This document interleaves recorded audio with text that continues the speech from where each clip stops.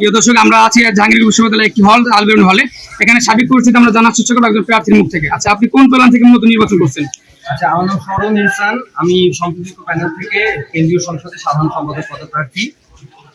আমরা খুব আশা নিয়েছিলাম যে 33 বছর পর জাকসু হচ্ছে, শিক্ষার্থীদের মধ্যে যে আমেজ রয়েছে, বিশ্ববিদ্যালয় প্রশাসন এবং নির্বাচন কমিশন সুষ্ঠুভাবে স্বচ্ছতার মাধ্যমে নির্বাচনটি সম্পূর্ণ করবে, কিন্তু নির্বাচন কমিশন এখন অব্দি তাদের চূড়ান্ত রকম ব্যর্থতা এবং অস্বচ্ছতার পরিচয় দিয়েছে এবং সেটি আরো বেশি স্পষ্ট হয়েছে আজকে নির্বাচন শুরুর মধ্য দিয়ে। আমরা অসংখ্যভাবে দেখতে পেয়েছি যে হলগুলোতে অমোচনীয় কালি দেওয়া হচ্ছে না।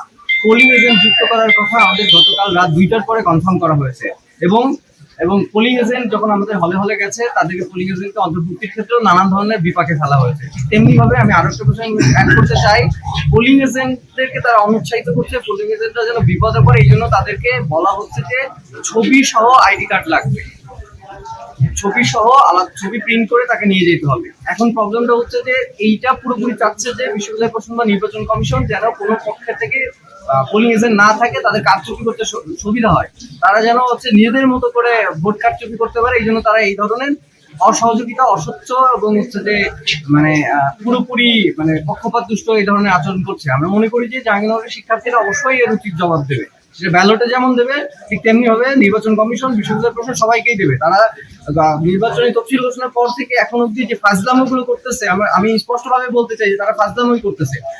9 তারিখে ডোপ টেস্টের করানো হয়েছে এবং এখন অব্দি ডোপ টেস্টের রেজাল্ট আসে নাই।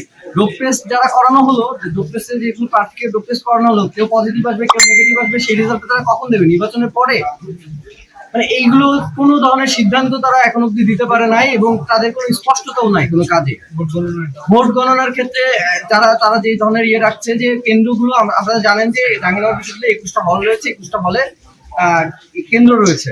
তো আমি বলতে চাই যে তারা ভোট গণনা করবে সিনেট হলে। হলগুলো থেকে যখন ব্যালট বাক্স নিয়ে সিনেট হলে যাবেন, এর মধ্যে যে ব্যালট বাক্স পরিবর্তন হয়ে যাবে না, সেটার নিশ্চয়তা কে দিবে?